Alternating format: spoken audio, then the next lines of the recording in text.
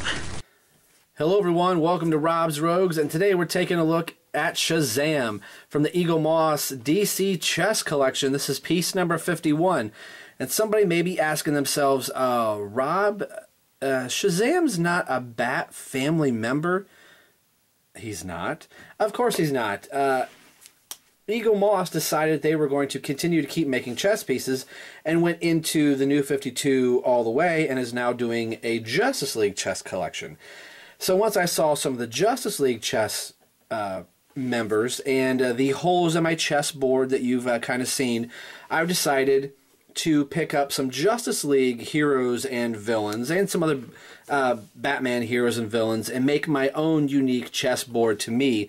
Now, I don't think I'm the only one probably doing this. I'm very certain that there are people that have collected all the Batman pieces and are working their way to collect all of the Justice League chess pieces themselves.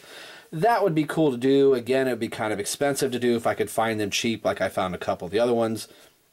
But I would like to be able to have a whole chess set, but I want to pick some characters that I like. So like when I showed you the back of Alfred's book with Batwoman, I'm going to be picking up a Justice League Rook to go in Batwoman's place, and vice versa with some of the other pieces on the board. And Shazam, I've said before on the channel, he is one of probably my, right under Robin, is one of my second favorite DC heroes of all time. I love Shazam, Billy Batson, Captain Marvel, however you want to call him. And this piece comes to us from, you guessed it, Stu Murray 47, who sent this to me as a late Christmas gift. I think it might have come maybe the week of Christmas. I think I'd have to go back and look at my phone to see when I took the picture and showed it to Stu that it had arrived. I didn't know it was coming. He just showed me a picture and said, hey, what do you think of this guy? And I had just made mention, oh, that's so cool. You know, I can't wait to get Shazam after the first of the year. I'm going to try and track him down. And Stu, being as gracious as he is, sent this to me and was kind of like, surprise, you know, Merry Christmas.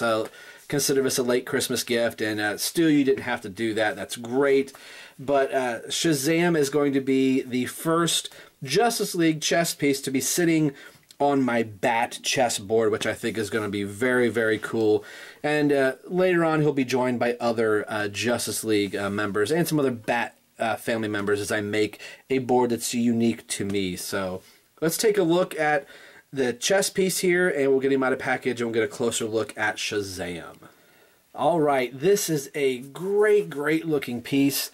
I think maybe whatever bugs that they had with some of the Batman pieces, I think they finally got some of the kinks worked out and are really turning out some really, really good pieces. Let's take a look at the ever-important face.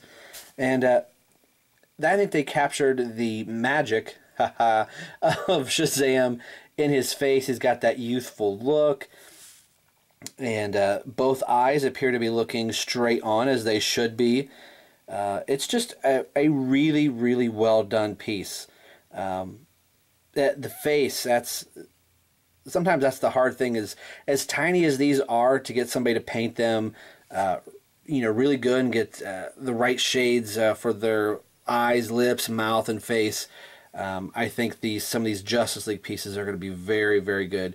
You can see a tiny bit of overpaint there, kind of getting up on some of the white, but again, these are pretty tiny. The lightning bolt is painted very, very well. They seem to have gotten the points in there, even with the gold coming down. So it looks like the little splotch here probably should have been a little thinner spot, but I'm not going to hold that against them. The boots look really, really good as well. With a lot of the New 52 pieces, a little bit of a paint bubble right there on the knee. I'm not going to chip that off because I'm sure it's probably white underneath of it. Look at his belt here. But with some of the New 52 designs, there's some intricate work even with just the panel lining. We see Shazam is going to enter the Guinness Book of World Records for the longest fingernails.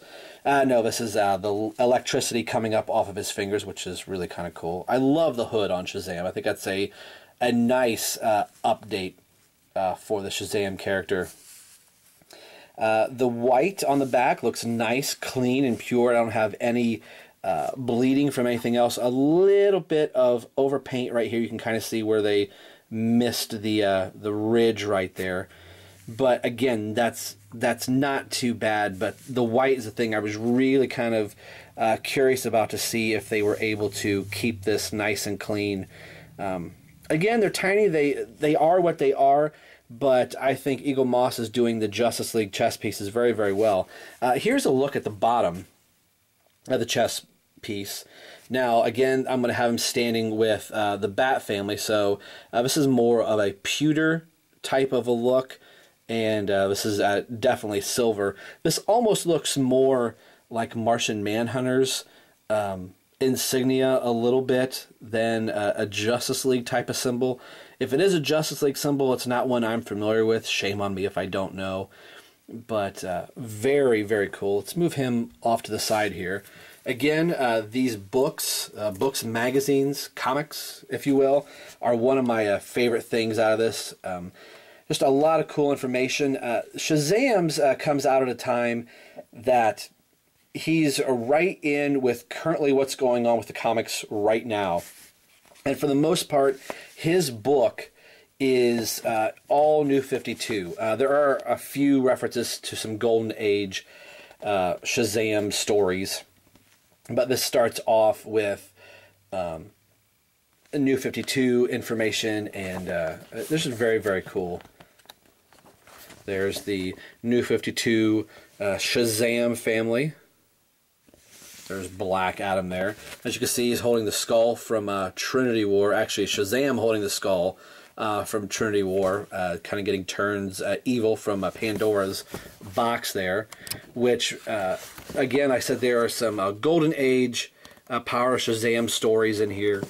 And something from the Golden Age. Shazam was actually not part of DC Comics at first, and he was on his own publishing, and DC Comics ended up bringing and buying the licensing to Shazam, because Shazam was kind of outselling Batman and Superman at a time. So I think in a power play move, DC Comics said, well, we're going to buy Shazam, and then sat on the character for quite a while before bringing him back out.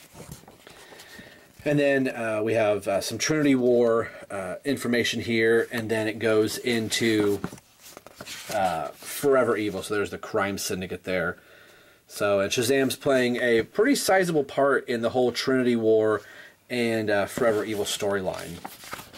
Now they've kind of moved the description into the latter part of the book of the chess piece. So let's try and get this in frame the best I can. Shazam is a white pawn in the Justice League collection. He is secretly teenager Billy Batson, and although possessing seemingly limitless magical abilities, he is still a novice superhero. He has yet to fully explore his power and is easily manipulated. Like a pawn in chess, Shazam has potential for greatness, but one wrong move could spell disaster, as I had it out of frame. So I apologize for that. But just a really, really well done piece. And so here is the next piece that would be coming out in issue 52. 252? Coincidence? Probably not. Is the Black Queen would be Cheetah. Now, I'm not a huge Cheetah fan of more Harley Quinn and Catwoman. Catwoman is more of a white pawn, but I'm looking at wanting to get Wonder Woman as a white pawn. So part of me would half think about putting Catwoman on the bad side, but I think I'm going to go with the Harley Quinn piece instead. But that is a look at Shazam, and I'm going to be very excited to get him downstairs as to be the first Justice League piece that's going to be setting with my other Batman chess collection pieces.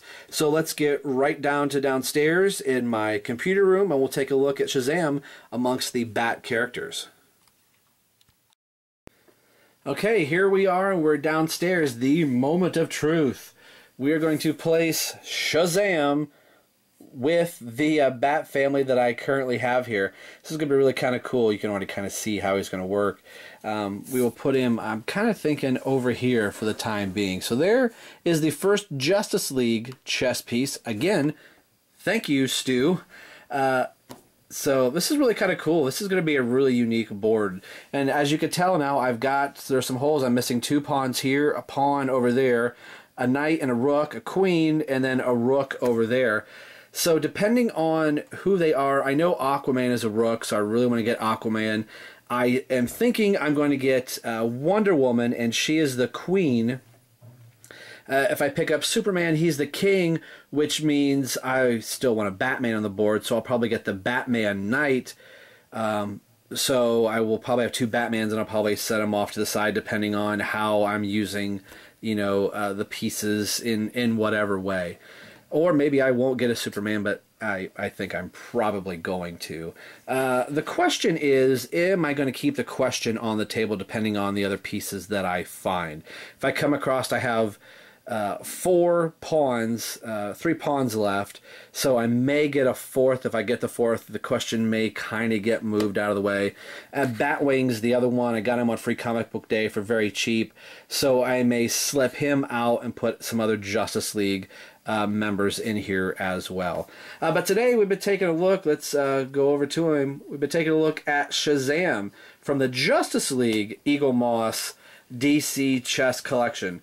And as always, this is Rob for Rob's Rogues signing off saying we will see you guys next time.